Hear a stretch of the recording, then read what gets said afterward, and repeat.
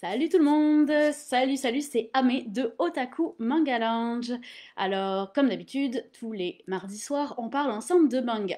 Puis, aujourd'hui, c'est une thématique un peu particulière, elle me tenait beaucoup à cœur. J'attends que ça charge, je suis pas sûre que vous me voyez. Oui, je pense que vous me voyez maintenant.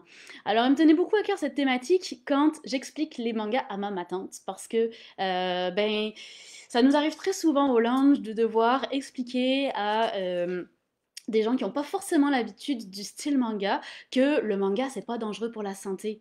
Fait que ça, c'est mon but aujourd'hui, de vous donner des arguments.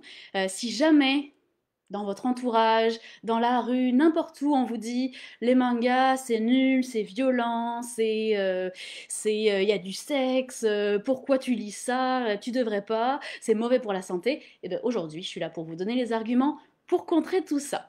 Alors bien sûr, n'hésitez pas à poser toutes vos questions, à faire vos remarques. En fait, c'est vraiment plus culturel aujourd'hui, hein. Je vais parler de certains titres de mangas, mais c'est vraiment plus culturel, plus que des recommandations de mangas précis. Et bien sûr, j'ai des recommandations de mangas qui vont vous permettre de convaincre la plus retors des matantes.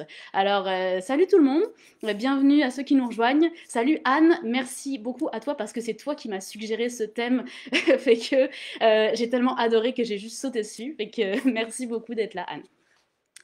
Alors on commence. Partagez-nous un petit peu aussi, tant qu'à faire, j'aimerais ça avoir votre feedback. Est-ce que ça vous est déjà arrivé de vous faire dire les mangas c'est nul parce que, ou de vous faire sortir des clichés tellement poches sur les mangas que vous êtes comme, mais en fait tu connais rien. Alors partagez-nous vos expériences, ça va me faire plaisir, je vais les lire et je pense qu'on va bien rigoler tous ensemble. Alors, ce qu'on va faire aujourd'hui, on va démystifier. On va, et je vais démystifier les clichés en fait qu'on entend le plus. Et puis, comme je vous ai dit, vous donner des arguments pour contrer tout ça. Alors Charles, tu commences avec une première anecdote. On t'a déjà traité de sexiste pendant que tu lisais un tome de Claymore. Alors oui, c'est quand même assez intense. C'est quand même des femmes super fortes qui se battent pour sauver la Terre. Je vois pas vraiment ce qu'il peut y avoir de sexiste là-dedans. Oui, effectivement, ça fait comme complètement aucun sens. Puis moi, je suis une fille et j'adore Claymore, donc clairement. Hey, allô, Alexandre d'Espagne, bienvenue. Alors, donc, mon premier argument en général, quand on me dit, écoute, moi je pense que je connais rien en manga, puis ça me fait peur, je sais pas comment faire pour me lancer, ou alors autoriser mon enfant ou mon neveu ou n'importe quoi, ou mon petit frère à se lancer dans les mangas parce que j'y connais rien. La plupart du temps, ce que je vais dire aux gens, c'est, vous pensez que vous y connaissez rien, mais en fait vous en connaissez probablement plus que ce que vous pensez. Je suis à peu près sûre que tous les gens de la génération de vos parents, ou peut-être vous-même qui nous regardez aujourd'hui, vous connaissez déjà Albator, vous connaissez Goldorak, vous connaissez Astro, vous connaissez Candy, Heidi, le petit castor, Demetan, vous connaissez probablement Dragon Ball aussi, évidemment. Mais tout ça, c'est des animés qui ont bercé les années 70, les années 80, et des générations qui pourraient être plus âgées et qui sont complètement réfractaires au manga encore aujourd'hui, en fait, ont elles aussi baigné dans la culture manga à l'époque. C'est juste que à l'époque, on savait pas forcément que c'était des mangas, on savait pas forcément que ça venait du Japon, puis on se posait pas forcément ces questions-là. Alors, en général, je commence toujours par rassurer les gens en leur disant, mais en fait, oui, tu connais plein de trucs sur les mangas, c'est juste que tu le sais pas. Guillaume, on t'a déjà dit, les mangas sont tout juste bons pour les autistes. Ouais, bah alors là, c'est juste carrément insultant parce que c'est comme ça me laisse juste sans voix. Oui, je l'ai déjà entendu moi aussi, puis c'est tellement bête comme argument que ça fait juste aucun sens. Maxime, tu dis, quand je parle à mon entourage, je préfère utiliser le mot livre plutôt que manga pour éviter les discussions interminables. Oui, je collectionne les livres, parce que les mangas sont aussi des livres et c'est aussi de la littérature, on le sait. J'ai quelqu'un de mon entourage très proche qui m'a dit est-ce que tu as des livres dans ta bibliothèque? J'étais comme bah oui, regarde, j'ai plein de livres. Non, non, mais est-ce que tu as des vrais livres? C'est comme ce sont des vrais livres, tu sais, il y a du papier, il y a du texte, il y a des images, normal. Franck, tu nous dis, je me souviens de la jalousie des auteurs de BD franco-belges durant la vague des années 90. Et oui, c'est sûr qu'il y a une grosse vague de manga qui est arrivée. Et puis ça, c'est sûr qu'il y a certains auteurs locaux en Occident qui se sont dit, ben là, on va se faire dépasser. Puis ça a été le cas. Fait que oui, ça peut se comprendre, c'est une bonne remarque, Franck. Alors, ensuite, petite anecdote culturelle et surtout historique. Je pense que tout le monde connaît la vague, vous savez, c'est la vague de Hokusai, qui s'appelle la grande vague de Kanagawa, avec, comme des mains qui agrippent les marins, qui vont comme tomber dans l'eau. Tout le monde a déjà vu cette vague-là, puis tout le monde aime cette estampe. Mais cette estampe, elle a été faite par Hokusai, vous connaissez probablement son nom, puis il faut savoir que Hokusai, en plus d'être un peintre mondialement reconnu, il est aussi considéré comme le premier auteur de manga, le premier mangaka de l'histoire. Parce qu'en fait, il faisait des petits sketchs en quelques cases qui ensuite ont évolué pour donner ce qu'on appelait les yonkoma, donc les BD en 4 cases humoristiques qui ont là-dessus encore évolué puis donné le manga. Mais c'est vraiment Okusai qui est à l'origine de ça. On s'entend que c'est quand même un peintre reconnu puis un artiste vraiment reconnu qui est considéré comme le premier mangaka de l'histoire. Charles, tu dis, j'avertis toujours pour la violence dans certains mangas car les gens pensent manga égale BD, donc c'est pour les enfants. Oui, c'est une très bonne remarque. Alors ça, c'est un cliché purement occidental. C'est heureusement en train de changer, mais effectivement, pour les occidentaux, la BD ou les dessins animés, on pense que c'est pour les enfants, alors que pour les orientaux, c'est vraiment un médium qui est fait pour tout le monde. Et d'où le fait qu'effectivement, il faut faire attention à ce qu'on lit et ce qu'on recommande, à qui on le recommande, parce qu'il y a des BD ou des animés qui sont prévus pour un certain public et d'autres qui ne le sont pas. Et d'ailleurs, c'est ça qui est à l'origine de la catégorisation des mangas, les shonen, les shoujo, les seinen. Je vous explique tout ça par la suite pour ceux qui seraient un peu plus novices. Euh, donc oui, c'est important de savoir à qui on s'adresse et d'être conscient que la BD, c'est pas juste pour les enfants. Alors c'est sûr que au Québec, on est peut-être un peu plus avancé que la moyenne des Occidentaux là-dessus parce qu'on a beaucoup d'auteurs extraordinaires en BD québécoise qui font de la BD vraiment pour adultes, vraiment plus intimistes, plus introspectifs, des thématiques plus tranches de vie. Donc c'est vrai que au Québec, on est peut-être un peu moins mal loti que le reste de l'Occident. C'est ça qui me fait quand même plaisir. Alors, le cliché qu'on entend tout le temps, c'est, et puis surtout l'espèce de reproche qu'on entend tout le temps, c'est ouais, mais les mangas, ça se lit à l'envers. C'est quoi ça? Pourquoi ça se lit à l'envers? Alors, j'ai une petite anecdote qui m'a vraiment beaucoup plu dernièrement. C'est que, vous savez, je fais souvent des conférences manga pour les enfants, pour les adultes, même pour les professionnels. Et dernièrement, je faisais une conférence pour des élèves de primaire, fin de primaire. Je leur ai demandé quelles sont les caractéristiques du manga, en quoi est-ce que vous reconnaissez le manga. Et il y a une petite fille qui a levé la main et qui m'a dit ben, ça se lit de droite à gauche, mais moi je pense qu'il ne faut pas dire que c'est à l'envers, parce qu'il n'y a pas d'endroit et d'envers, c'est pas forcément nous qui avons raison, puis eux qui ont tort. Et j'ai trouvé que de la bouche de cet enfant, c'était comme vraiment super bien dit. Alors effectivement, les mangas, ça se lit pas à l'envers, ça se lit juste dans un sens différent de ce qu'on a l'habitude, nous, en Occident, de lire. Et alors, petite anecdote pour savoir pourquoi on lit les mangas de droite à gauche. Vous le savez sans doute, les Japonais écrivent de droite à gauche et aussi de haut en bas, hein, traditionnellement, vraiment comme ceci. Alors maintenant, avec tout ce qui est informatique, ils se mettent à écrire non plus de haut en bas, mais vraiment à l'horizontale. Et il faut savoir que quand ils écrivent à l'horizontale, c'est dans le même sens que nous, de gauche à droite. Mais l'écriture traditionnellement japonaise, écriture à la main, se fait de droite à gauche et de haut en bas. Et la petite anecdote par rapport à ça, c'est que quand on a commencé à éditer des mangas, à les traduire en anglais et en français dans les années 80-90, ben à ce moment-là, les éditeurs se sont dit tout le monde va nous dire mais pourquoi vous éditez des livres à l'envers, ça fait pas de sens. Alors là, ils ont utilisé ce qu'on appelle des presses miroirs. Ça permettait en fait de retourner les dessins et d'éditer les mangas dans le sens occidental. Vous avez probablement déjà vu les anciennes éditions de Dragon Ball, vous savez, l'édition Arc-en-Ciel, ou alors l'ancienne édition de Sailor Moon, ou de Gun, toutes ces séries de fin 80, début 90 qui étaient dans le sens occidental finalement. Ce qui s'est passé, c'est que quand les éditeurs occidentaux ont fait ça, ils n'ont jamais prévenu les Japonais. Et les Japonais, quand ils sont aperçus, vous pouvez imaginer qu'ils étaient très en colère, parce que, ben, d'une part, on leur avait pas demandé leur avis, puis surtout, ça a défiguré le travail des auteurs. Ça ne rendait pas hommage et ça ne respectait pas le travail des auteurs. Alors, ça donnait lieu à des incohérences. Par exemple, deux personnages qui se serrent la main, eh ben, si tu retournes l'image, ils finissent par se serrer la main gauche, fait que ça fait pas de sens. Également les scènes de combat, les scènes d'action qui étaient entrecoupées parce que il y avait plus de continuité dans la lecture. Vous savez aussi que la disposition des cases dans un manga c'est très important, hein, que les mangaka quand ils disposent une case dans un sens ou dans l'autre et que leur personnage regarde vers la droite, vers la gauche, en haut, en bas, il y a un sens de lecture qui s'instaure et qui donne de la fluidité à la lecture. Puis si on retourne les images, il n'y a plus cette fluidité, ça casse tout. Donc, Suite à ça, il a été décidé d'un commun accord entre les Japonais et les Occidentaux que les mangas seraient édités dans le sens original de lecture. Donc c'est vraiment par pur souci de respect du travail des auteurs qu'on édite les mangas dans le sens original. Alors, oui, d'ailleurs, je pense que moi aussi j'ai l'image inversée sur les lives. Ça facilite pas du tout les choses. Michel, tu dis, dans les mangas, on dit que les femmes ont nécessairement des gros seins. Alors oui, ça c'est quand même un cliché qu'on voit très très souvent. Alors oui et non.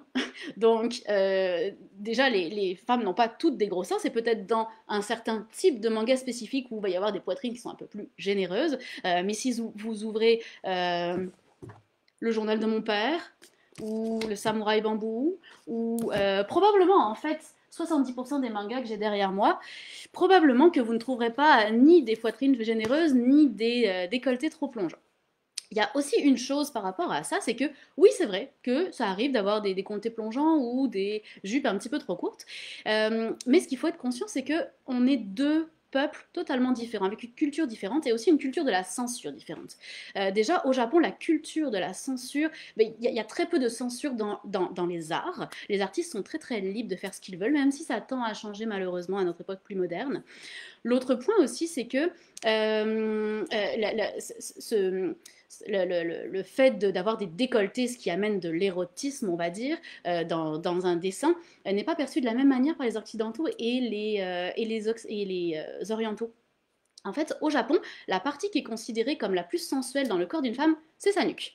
Et donc, c'est pour ça que vous regarderez des dessins ou des photos des geishas avec leur kimono traditionnel. Elles ont toujours un kimono qui descend très très bas dans le cou pour dénuder la nuque. En fait, c'est parce que c'est un signe d'érotisme. Or, nous, en Occident, si on voit une nuque dénudée, on s'entend que ça ne va pas nous faire sauter au plafond. Donc, c'est vraiment, tout est une question de perception. Il faut vraiment rester conscient que les mangas sont faits par un peuple qui a une culture très différente de la nôtre et donc par conséquent n'a pas les mêmes points de repère. De même, la conception de la mort. Je parlais beaucoup de ça avec Hiroshi Sensei, qui est un de nos professeurs de japonais puis qui est passionné de manga et qui me disait on entend souvent les termes de violence dans les mangas ou de la représentation de la mort qui est trop violente. Et il m'expliquait que dans le Japon, qui est une culture à la fois bouddhiste et shintoïste, notamment du côté bouddhiste, la mort n'est pas la fin de la vie, ça fait partie de la vie aussi, et on parle de la mort aux enfants depuis qu'ils sont tout petits, c'est pas un sujet tabou. Donc forcément, quand ça se retrouve dans une œuvre artistique, dans une œuvre littéraire, c'est traité d'une manière différente de ce qu'un occidental ferait. Donc c'est vraiment d'être conscient de ces différences de culture. Et puis je trouve que c'est ça qui est enrichissant, c'est vraiment tout simplement d'appréhender les mêmes sujets mais vus d'une manière différente et d'avoir un autre point de vue sur la question. J'ai Jinsei qui nous dit Taiyo Matsumoto et Koike Keiichi se sont inspirés de Moebius. C'est vrai que Moebius est un auteur de sci-fi français, qui a énormément inspiré les Japonais. Otomo, l'auteur de Akira, s'est aussi inspiré de Moebius. Comment il s'appelle, Jiro Taniguchi a même fait une œuvre en collaboration avec Moebius, il me semble. Qui était Ice Age Chronicle of the Earth. Il me semble, je ne sais plus si c'était inspiré de Moebius, il me semble même que c'était une collaboration, mais je ne suis plus certaine. Donc oui, il y a aussi beaucoup d'influence. Le manga aujourd'hui commence à influencer depuis quelques années la BD québécoise, la BD américaine, la BD franco-belge, mais depuis longtemps le manga a aussi eu ses propres influences. Alors justement, ça m'amène sur un autre cliché qu'on entend souvent, c'est oh les personnages ils ont tous des grands yeux, puis c'est pas réaliste. Alors pourquoi est-ce que les personnages ont des grands yeux? Et bien ça justement, c'est un trait qui n'est pas japonais à la base. Les grands yeux, ça vient de Tezuka. Tezuka qui est l'auteur notamment de Astro Boy. Astro Boy, ça a été fait en 1952, puis ça a été un des premiers personnages qui avait justement ces très grands yeux. Ce qui s'est passé, c'est que Tezuka a été un grand fan du travail de Walt Disney, et notamment ce qui était populaire à l'époque, c'était le dessin animé de Mickey que vous avez probablement vu déjà, où vous savez, c'était Mickey qui sifflait à la barre de son bateau en faisant comme ça, je ne sais pas siffler, je m'excuse, et en tapant du pied. Fait que Tezuka était fan de ce truc-là, et comme tous les enfants de l'époque, puis il s'est rendu compte que les yeux de Mickey étaient très très grands, et que c'est grâce à ses yeux qu'on pouvait comprendre les émotions de Mickey, qu'on se mettait plus facilement à sa place. Et c'est pour ça qu'il a commencé à faire des grands yeux à Astro, et également à Princesse Saphir, qui était un de ses premiers personnages, et c'est ensuite devenu une constante. Donc c'est vraiment le fait de faire des grands yeux, c'est vraiment pour accentuer les émotions de nos personnages et les faire mieux comprendre au lecteur. C'est super important. C'est encore une fois un trait culturel. Qui amplifie ça. Nous, les Occidentaux, quand on parle à une personne, afin de comprendre ce qu'elle est en train de ressentir et son non-verbal, on se concentre beaucoup sur la bouche. C'est pour ça qu'en ce moment, c'est très difficile de parler aux gens, parce qu'avec le masque, on ne voit pas la bouche. Mais c'est inconscient, évidemment. On ne regarde pas la bouche, vous m'avez compris. C'est des choses qu'on fait de façon inconsciente et on comprend le non-verbal de la personne qu'on a en face de nous. Les orientaux, eux, ne regardent pas la bouche, ils regardent les yeux. Et donc, forcément, le fait d'agrandir les yeux dans les œuvres graphiques, ben, ça permet de mieux se mettre à la place du personnage. Et c'est aussi pour ça que dans les shoujo, donc les mangas qui sont plus axés sur les sentiments, ben, vous allez avoir des yeux qui sont encore plus grands que dans les shonen. Parce que c'est une histoire qui est souvent... la partie sentimentale de l'histoire est vraiment plus présente que dans les autres formes de manga. Donc, on fait des yeux qui font la moitié de la tête. C'est pour ça qu'on fait des grands yeux. Il y a une raison à tout. Avez-vous, partagez-moi encore des anecdotes que vous avez sur les clichés qu'on a pu vous sortir. Je suis sûre que ça va beaucoup amuser tout le monde. Ou peut-être nous énerver, on ne sait pas trop.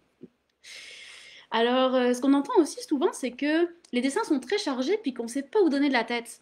C'est vrai que le manga, c'est une BD qui est beaucoup plus chargée que la moyenne. Alors déjà, c'est pas vrai pour tout. C'est vrai surtout pour les shonen ou les shoujo. Les seinen, ben il y a peu d'éléments graphiques qui sont récurrents dans les seinen, donc ça peut être très chargé comme très épuré.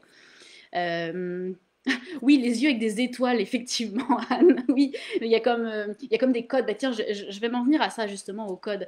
Euh, donc oui, les shonen, les shoujo, c'est une BD qui est beaucoup plus chargée que les autres. D'une part, le fait qu'on n'utilise pas de couleurs, ben, ça oblige à aller chercher d'autres techniques de dessin afin de compenser le manque de couleurs. Donc notamment les trames.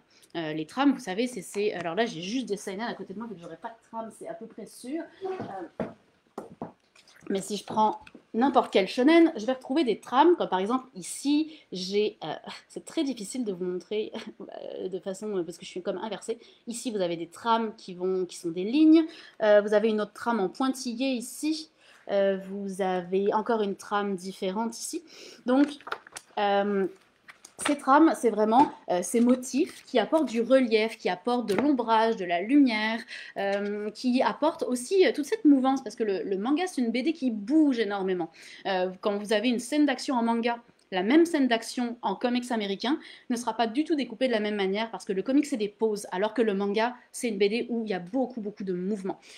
Donc oui, ça amène un dessin qui est plus chargé, et ça oblige à s'adapter un petit peu à la manière dont c'est dessiné. Donc ça, on va le concevoir.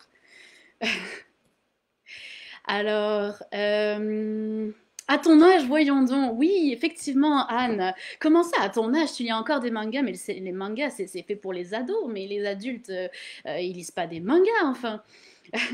Eh ben oui, il y a des mangas pour les adultes. Alors bah tiens, on va s'en venir sur la catégorisation avec la remarque d'Anne. La catégorisation. Vous connaissez les grandes catégories, shonen, shoujo, seinen, probablement que vous connaissez aussi kodomo, la catégorie pour les enfants. Alors, ces catégories, elles viennent en partie de Tezuka, elles viennent surtout du mode d'édition des mangas. Vous savez que les mangas ne sont pas édités en livres à la base, ils sont édités dans des magazines de prépublication. J'en ai même peut-être un ici que je vais vous montrer pour ceux qui ne connaîtraient pas.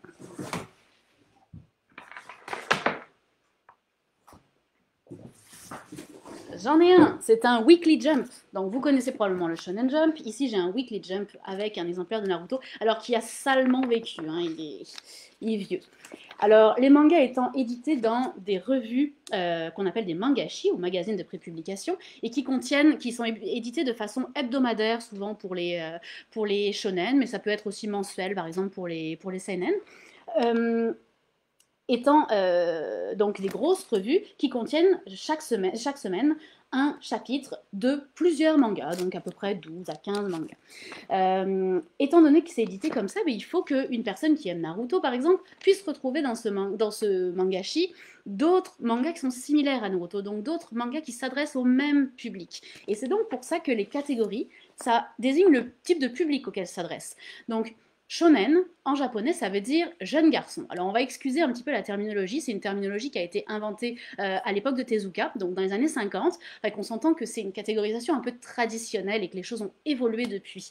Mais donc ça veut dire jeune garçon parce que traditionnellement, ça s'adressait à un lectorat de jeunes adolescents. Euh, et donc, comme je disais, ça a évolué bien sûr, mais on a gardé ces terminologies qu'on utilise toujours.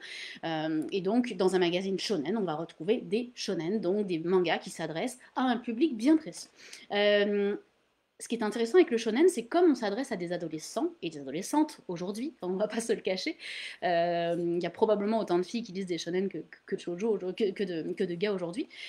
Mais donc, comme on s'adresse à un public jeune, le but du shonen et du shoujo aussi, c'est d'encourager les ados à développer certaines valeurs. Et notamment les valeurs qu'on va retrouver dans le shonen, ça va être le courage, la persévérance, la compassion et l'importance de l'amitié, de l'entraide. Ça va être la compétition de manière saine, notamment dans les mangas de sport. Ça va être la confiance en soi, bien sûr, très important. L'importance de la valeur de cultiver sa différence, l'importance de réaliser ses rêves. On pense à Luffy, évidemment, qui rêve de devenir le plus grand des pirates, puis qui va tout faire pour l'obtenir, mais qui en même temps ne lâchera jamais ses amis, jamais. Euh, on pense à Goku, on pense à Naruto, on pense à tous ces personnages-là qui sont des exemples de persévérance et de courage et de motivation. Donc c'est vraiment ça le but du shonen, ça a une valeur éducative aussi, et c'est d'aller encourager ces valeurs. Même chose pour les shoujo. Donc il y a des magazines comme le Weekly Jump par exemple, qui sont des magazines shoujo. Alors shoujo, en japonais, traditionnellement, ça veut dire jeune fille. C'est la traduction littérale. Encore une fois, traditionnellement, quand ça a été créé dans les années 50, ça s'adressait à un lectorat d'adolescentes. Et encore une fois, le public a évolué, puis il y a aussi aujourd'hui plein de gars qui lisent des shoujo et j'en suis bien contente. Et même chose, les shoujo, vous allez retrouver des valeurs qui vont être véhiculées au sein des histoires.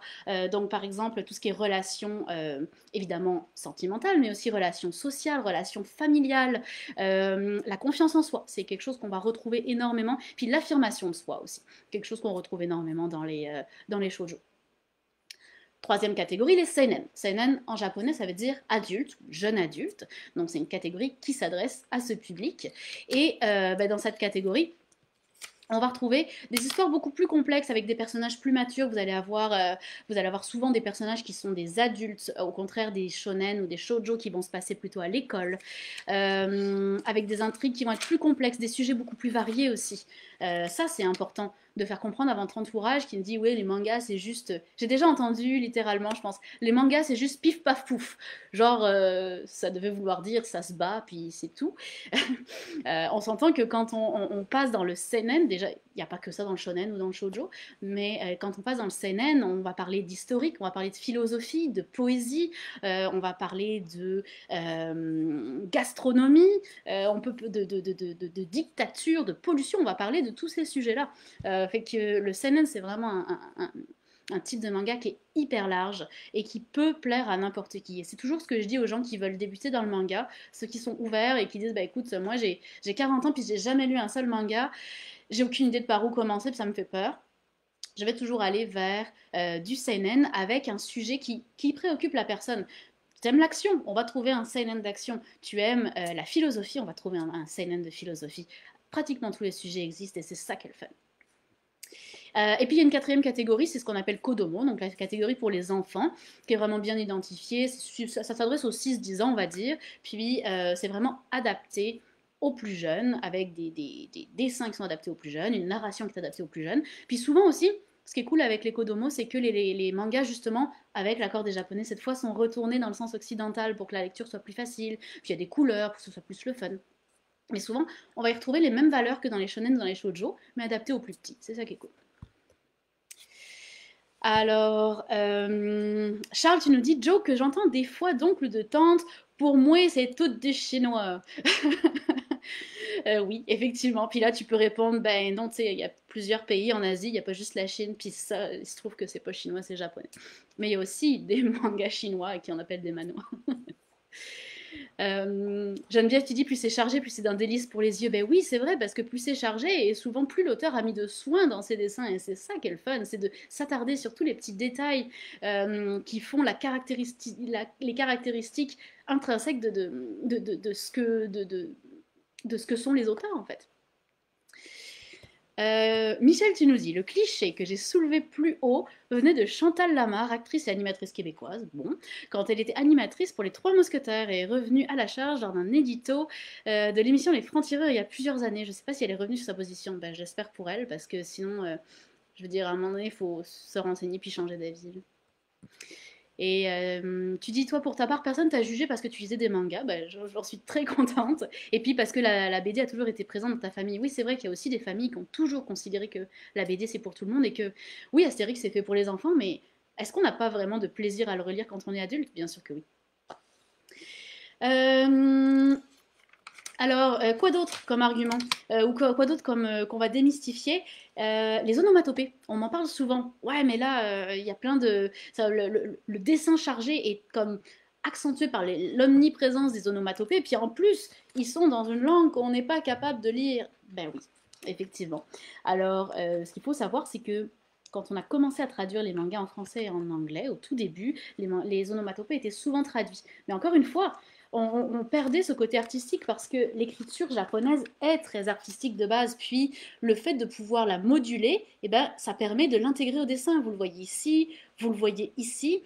On est capable de donner un côté très très artistique aux onomatopées, ce que nous, dans notre langue occidentale, on n'est pas capable de faire. Ici, on s'entend que c'est un magnifique onomatopée. Je l'aime beaucoup. Et en même temps, on va en avoir qui sont très très différents. Un manga de musique, par exemple. On s'entend qu'il n'y a pas de musique dans les livres, mais les onomatopées et la manière si pointilleuse que les Japonais ont de gérer les onomatopées fait qu'on a presque l'impression d'entendre la musique. Et ça, c'est vraiment cool. Donc les onomatopées, effectivement, sont difficiles à lire, mais le côté artistique nous indique la manière dont on devrait lire, puis surtout les sons que c'est censé faire. Puis souvent, vous allez trouver une petite traduction en dessous des lettres de l'alphabet japonais qui vous permet quand même d'avoir une petite indication sur comment ça se lit. Alors les chibis aussi, on parle souvent des chibis comme ouais, alors tout le monde connaît le terme kawaii maintenant, fait que là oui les mangas c'est juste du kawaii puis y a rien d'autre derrière. Alors ça vient évidemment du style de dessin de chibi, donc les personnages avec une grosse tête, un petit corps, puis qui ont l'air mignons. Mais c'est très caractéristique du dessin manga, puis c'est quelque chose que traditionnellement on ne retrouve qu'au Japon, même si c'est en train de s'exporter. Mais par contre, c'est pas dans tous les mangas qu'on retrouve du chibi, c'est vraiment pas une constante. Et le chibi souvent est amené dans un but humoristique. Donc si on veut renforcer l'action en cours et l'impression humoristique qu'on veut donner au lecteur, à ce moment-là on utilise le chibi ou le SD. Je sais pas si vous avez déjà entendu parler de ça, le SD, ça veut dire super déformé. C'est un peu moins utilisé aujourd'hui, c'était plus 90-2000, je viens de trahir mon âge, mais c'est vrai qu'on l'utilise moins, mais le SD super déformé, c'était le fait de justement pas utiliser le côté mignon du chibi, mais vraiment le côté humoristique dans le sens où on déformait les traits du personnage, on accentuait afin de faire rire le lecteur. Je suis à peu près sûre que je peux vous en trouver dans... ça c'est Buster Kill. Je suis à peu près sûre que je peux vous en trouver comme... Ouais voilà, ici. Voilà, il suffit d'ouvrir une page, puis on va en trouver un. Mais on s'entend que c'est pas toute l'action qui va être faite comme ça, mais au contraire, c'est la scène humoristique qui va être dessinée de cette manière afin de renforcer l'humour. Tout comme dans Dragon Ball, les personnages qui se retrouvaient avec les jambes en l'air quand, quand ils étaient désespérés. Ça, je l'aimais beaucoup. L'autre truc qui est très cool avec les mangas et dont on s'aperçoit pas forcément à la première lecture, bien au contraire, c'est les différents niveaux de lecture. Ça, c'est quelque chose qui a été instauré aussi par Tezuka. Et en fait, le fait que dans une œuvre, dans un contenant qui est fait pour tout public, même peut-être fait pour les enfants comme Astro Boy, on va insérer du contenu beaucoup plus mature. Donc par exemple dans Astro Boy, on avait un petit robot qui était super puissant, qui avait des super pouvoirs et qui pouvait sauver le monde des grands méchants, donc une histoire pour enfants, puis très très typique des scénarios pour enfants. Mais au-delà de ça, ben, on parlait de pollution, de nucléaire, on parlait de la guerre, on parlait des problèmes de l'adolescence. On s'entend que c'est pas les premiers sujets qu'on aborde avec les enfants, mais c'était des sujets sous-jacents. Alors les enfants, ils voyaient juste le petit robot et puis l'action, et les ados, ils voyaient autre chose, peut-être certains problèmes qu'ils avaient eux en tant qu'adolescents, puis les adultes, ils voyaient plutôt le côté nucléaire ou guerre ou pollution. Et cette façon de scénariser, c'est vraiment resté une constante. Et aujourd'hui, vous ouvrez n'importe quel manga et vous avez différents niveaux de lecture toujours. Il y a ce côté valeur dont j'ai parlé dans les shonen et les shoujo. Mais il y a toujours, en plus des valeurs, peut-être un sujet que l'auteur va vouloir amener. Alors des fois, c'est le sujet central, mais comme par exemple dans A Silent Voice. A Silent Voice, ça parle du handicap de la jeune fille. Alors le sujet central, c'est un peu l'histoire romantique, mais on s'entend que le handicap de la jeune fille est quand même très très central. Mais des fois, c'est pas du tout le sujet central, mais on va comme ça va comme juste parler de ça de façon sous-jacente parce que un des personnages va rencontrer un certain problème. Donc c'est ça que je trouve vraiment le fun dans les mangas, c'est les différents niveaux de lecture. Euh, Juste également sur le dessin, je sais que ce qu'on me dit souvent c'est ah oui mais pour lire un manga il faut que j'aime les dessins, puis moi j'aime pas le dessin des mangas. Alors je vous ai sorti quelques CNN pour vous montrer que le dessin manga ça peut être très très varié. Alors en shonen et shoujo sont les deux catégories pour adolescents, principalement pour adolescents évidemment, qui sont des gens très, très codifiés. On va retrouver un style de dessin particulier avec des codes qui permettent de s'y retrouver d'un manga à l'autre sans avoir besoin nécessairement de texte. Par contre, dans les seinen, c'est un genre où les artistes sont totalement libres de faire ce qu'ils veulent. Alors, ça donne des œuvres vraiment très très variées. Alors, je vous ai trouvé Le Samouraï Bambou de Taiyo Matsumoto. Alors, vous voyez que déjà, au niveau de la couverture, c'est pas du tout habituel par rapport aux clichés dont on peut se représenter les mangas. Et voilà un petit peu à quoi ressemble le dessin de Taiyo Matsumoto. Vous voyez, alors il fait toujours des bouches immenses avec des très grandes dents. Ça, c'est un peu son style. Les pommettes rouges. Là, c'est un manga médiéval, sur le médiéval japonais, mais Taiyo Matsumoto fait aussi beaucoup des thèmes autobiographiques. Puis, il dessine beaucoup à l'encre. Pas toutes ses planches, mais une partie à l'encre. Vous voyez que ne serait-ce que le cadrage des cases est original et le style de dessin, voilà, tiens, un visage, vous avez même différents visages ici. Vous voyez le visage de gauche puis le visage de droite qui ne se ressemblent absolument pas, qui n'ont pas du tout les mêmes faciès. Et donc un style de dessin où là on ne peut pas retrouver les grands yeux, on ne retrouve pas les cheveux en pique, on ne retrouve pas les trames partout. Vous voyez que le style est vraiment différent. Je passe sur Jiro Taniguchi qui a un peu le même style d'auteur avec des thèmes plus introspectifs. Alors lui, Taniguchi, c'est un fan de BD franco-belge en fait à la base. Il utilise notamment le procédé de la ligne claire et d'autres procédés qui sont courants en BD franco-belge. Et il a un style de dessin donc qui est beaucoup plus réaliste. Alors comme vous le voyez ici, ça n'a rien à voir avec les clichés qu'on pourrait se représenter dans les mangas. Moi, ce que j'aime chez Taniguchi, c'est ses décors. Alors, je vais essayer de trouver un grand plan parce que il est toujours très très ancré dans le Japon traditionnel, même si c'est le Japon moderne, mais la culture vraiment profondément ancrée dans les Japonais.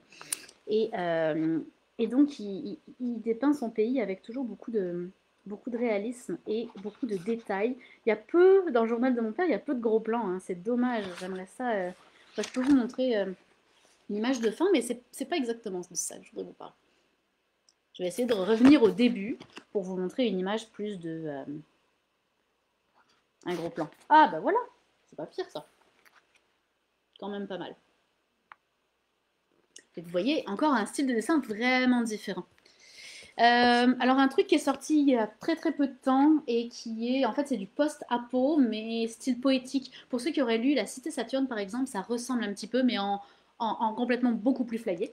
Ça s'appelle Série et déjà l'édition est magnifique parce qu'il y a une couverture transparente par-dessus, donc avec un double dessin qui amène en fait la double couverture donne des réponses qu'on attendait dans le manga. C'est vraiment fou. Tu refermes le manga puis t'es comme ah mais oui mais en fait l'auteur m'avait donné des indices, j'ai rien compris pendant la lecture, mais si j'avais regardé la couverture j'aurais compris ce qui s'est passé. Donc ça c'est vraiment drôle. Puis donc c'est du post-apo en fait. mais où un humain et une robot se retrouvent les deux derniers survivants, ou croient être les deux derniers survivants de l'humanité, et ils se retrouvent dans une bibliothèque, et c'est leur passion pour la littérature qui les rassemble, jusqu'au moment où on va se rendre compte que l'humain a une espérance de vie bien inférieure à celle du robot, et que bientôt le robot va se retrouver tout seul. Donc il y a le thème de la solitude qui est abordé. Vous voyez que c'est hyper simpliste et puis il y a vraiment une grande nostalgie, une grande solitude qui se dégage du manga. Et en fait, le vide du dessin vient renforcer cette impression de solitude. Fait que c'est très bien fait. C'est un excellent chef-d'œuvre, mais je vous avoue qu'il m'a fallu au moins 3 lectures pour arriver à comprendre vraiment ce qui se passait. C'est très intense. Il y a même quelques pages de couleur. En fait, c'est le papier qui est de couleur, c'est pas la page, mais c'est pas les dessins. Mais donc vous voyez encore un style vraiment différent. Anne, tu dis quartier lointain et le manga pour accrocher les douteux. Oui, effectivement. Alors, Jiro Taniguchi, ça fonctionne toujours. Si vous avez des gens qui vous disent, moi, le manga, j'aime pas ça, je préfère la BD québécoise, allez-y avec Jiro Taniguchi, ça passe, vous êtes sûr. Et notamment Quartier lointain, qui est effectivement moi aussi un de mes préférés, ou Le gourmet solitaire pour les gens qui aiment la bouffe. Après, j'ai une comédie. Alors là, c'est vraiment de style beaucoup plus figuratif. Alors, ça s'appelle À nos amours. C'est un truc que j'adore, qui est écrit par Jean-Paul Nishi. C'est un japonais qui a pris un prénom français. Il est marié avec une française. Et en couple, ils ont vécu en France et ils ont vécu au Japon. Et ils racontent leur expérience de couple et leurs différences culturelles, en fait, dans les deux pays. Euh, c'est complètement hilarant en fait. Et puis aussi, toutes les obstacles qu'ils rencontrent, qu'ils ont un petit bébé. Alors, on s'entend qu'un bébé japonais n'est pas élevé de la même manière qu'un bébé français. Alors, toutes les différences qu'ils ont dans l'éducation de leur enfant, et même quand on n'a pas d'enfant, c'est juste complètement hilarant. Puis vous voyez que le style est vraiment plus figuratif. Ça n'a encore rien à voir. On est dans un style beaucoup plus BD qui pourrait, pour le coup, ressembler plus à de la BD comme on a au Québec.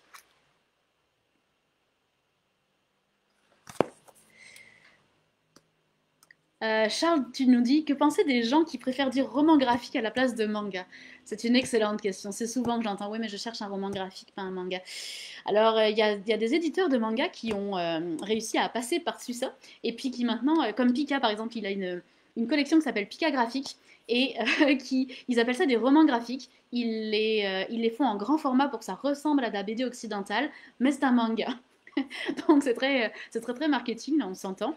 Mais oui, effectivement, roman graphique, ça fait plus littéraire et ça fait moins littérature jeunesse que manga. Mais au fond, quelle est la différence entre un manga pour adultes et un roman graphique? Il n'y en a pas vraiment. Je suis tout à fait d'accord avec toi, Charles. J'ai Aposims, qui est par l'auteur de Blame. Alors là, l'auteur de Blame, vous le savez, il a un style très particulier. Puis dans Aposims, en plus, il a encore changé son style. Il y a très peu de colorisation dans le sens où il y a très peu de noir, en fait, tout est blanc. Puis là, on est vraiment sur de la sci-fi, action. Jusque-là, je vous ai présenté soit de l'humour, soit des trucs plus tranche de vie. Mais là, on est vraiment sur un manga d'action très adulte et avec un style enfin, qui est vraiment propre à lui-même. Il est complètement inimitable. J'aurais pu vous sortir Blame, mais j'avoue que j'ai pas pris trop de grands formats parce que je voulais vraiment justement éviter, comme disait Charles, cet amalgame avec le roman graphique. Et je voulais vraiment qu'on reste dans le format manga. C'est pour ça que j'ai pris surtout des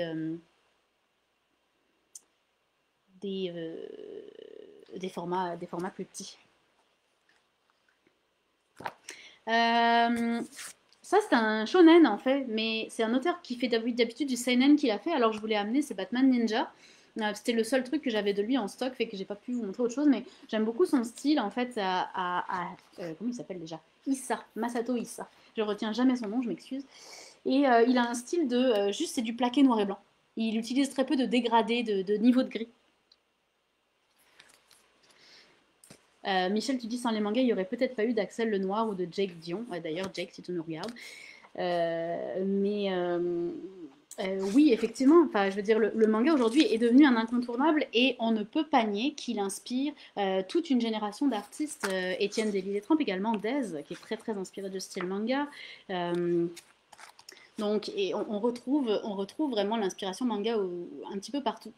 Mais on constate qu'on trouve aussi de l'inspiration occidentale dans le manga. Je veux dire, My Hero Academia en est un excellent exemple. Il y a, voilà, la thématique des super-héros, avec All Might qui a son costume dans les couleurs du drapeau des États-Unis. On s'entend qu'on ne peut pas vraiment faire plus américain comme influence là. Donc il y a des influences des deux bords et c'est ça que je trouve intéressant. Allez, deux, trois autres pour terminer. Bonne nuit Poun Poun de Inyo Asano. Vous connaissez probablement Inyo Asano, c'est un monstre du manga, puis il a un style qui lui est très très propre aussi. Je suis à peu près sûre que si vous montrez ces images à des gens qui n'ont jamais lu de manga, il y a probablement au moins un des mangas que je vous ai présenté, que je suis en train de vous présenter, dont ils vont aimer le dessin. Probablement pas tous. Surtout des styles très très marqués, hein, c'est pas forcément des styles conventionnels que je vous montre ici, mais je suis à peu près sûre que tout le monde va trouver un manga où il va dire ah ça en fait c'est super bien dessiné, c'est beau là.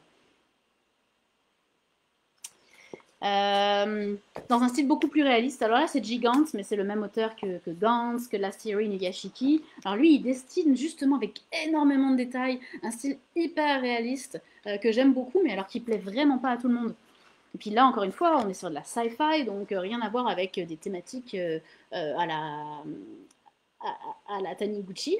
Donc vous voyez que autant les thématiques sont très différentes, autant les styles de dessin le sont également. Et puis mon dernier, c'est un de mes chouchous. Si vous ne l'avez pas encore lu, jetez-vous dessus, honnêtement, c'est magnifique, c'est Levius. Et puis pourquoi je l'ai réservé en dernier? Parce qu'il a une particularité que je vais vous montrer tout de suite. Regardez, il s'ouvre dans le sens occidental. Mais qu'est-ce que c'est que ça? Pourquoi? Alors, l'auteur fait une petite aparté à la fin du livre.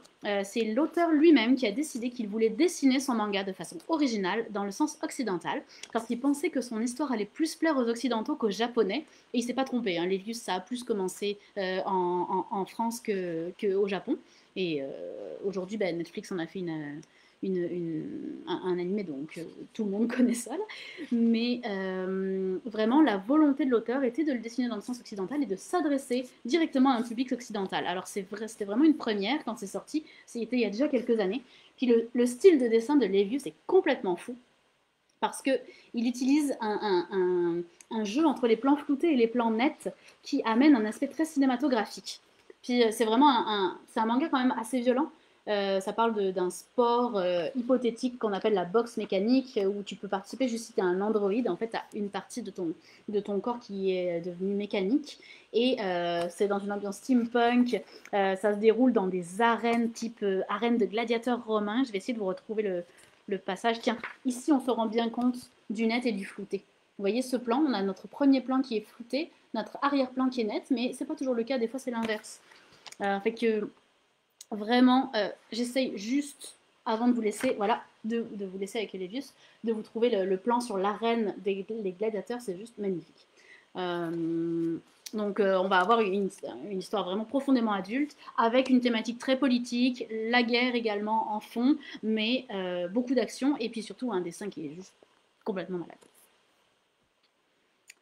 Maxime, tu dis quoi de mieux qu'un mélange de cultures pour avoir des histoires incroyables? Je suis tout à fait d'accord, ça rejoint ce que je disais tout à l'heure. Julien, tu nous dis j'ai convaincu des sceptiques dans le passé, un ami qui avait lu Les Vacances de Jésus et Bouddha. Oui, c'est vrai que c'est un bon manga pour convaincre.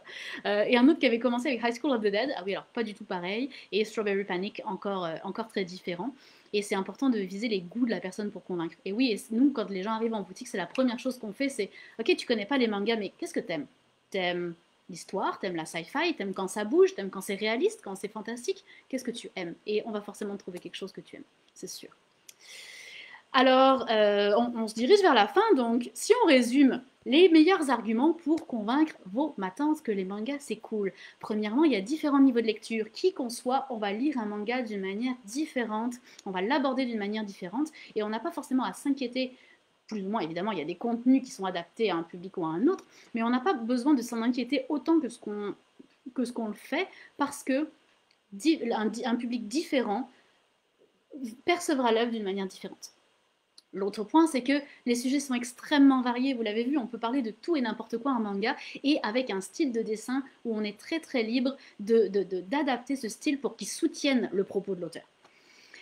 Aussi, on a moins abordé ce point pendant le live, c'est que la critique de société est omniprésente. C'est bizarre parce qu'on voit les Japonais comme un peuple hyper docile, mais en fait, dans les mangas, on se rend compte qu'il y a tout le temps un aspect critique de société. Puis ça, je trouve ça super intéressant parce qu'à chaque fois qu'on lit un manga, on en apprend plus sur la société japonaise et la manière dont elle est perçue par son propre peuple. Super intéressant. Style graphique, on l'a vu, ça peut être tout et n'importe quoi, ça peut être du dessin traditionnel au crayon, au feutre, au fuseau, à l'aquarelle, ça peut être du dessin des fois photographique, ça peut être du dessin numérique évidemment, il y a tous les styles sont présents, donc on peut tous trouver un style de dessin qui nous convient. Une nouvelle culture à découvrir également. On s'entend que le Japon, c'est toujours un pays qui a fasciné. Qu'on aime ou qu'on l'aime pas, il nous fascine par sa différence. Et donc de lire des mangas, c'est découvrir et c'est s'ouvrir à une autre culture. Et c'est ça, pour moi, c'est même ça qui est le plus important. Puis mon dernier point, c'est que plus on lit des mangas et plus on se rend compte que finalement, ouais, on est tous différents, on a tous des cultures différentes et des backgrounds différents, mais finalement, nos préoccupations sont toujours à peu près les mêmes. C'est juste que on a un point de vue différent sur ses préoccupations parce qu'on n'a pas, on vient pas de la même culture, on n'a pas été élevé de la même manière. Fait que pour tout ça, le manga, c'est vraiment le fun à lire et je vous conseille vivement, pour ceux qui le font déjà, de continuer et sinon d'embarquer un maximum de monde et n'hésitez pas à utiliser la vidéo d'aujourd'hui ou tous les arguments que je vous ai donnés pour convaincre vos matantes les plus réticentes. Sinon, vous me les envoyez. Elles vont m'aimer, c'est sûr.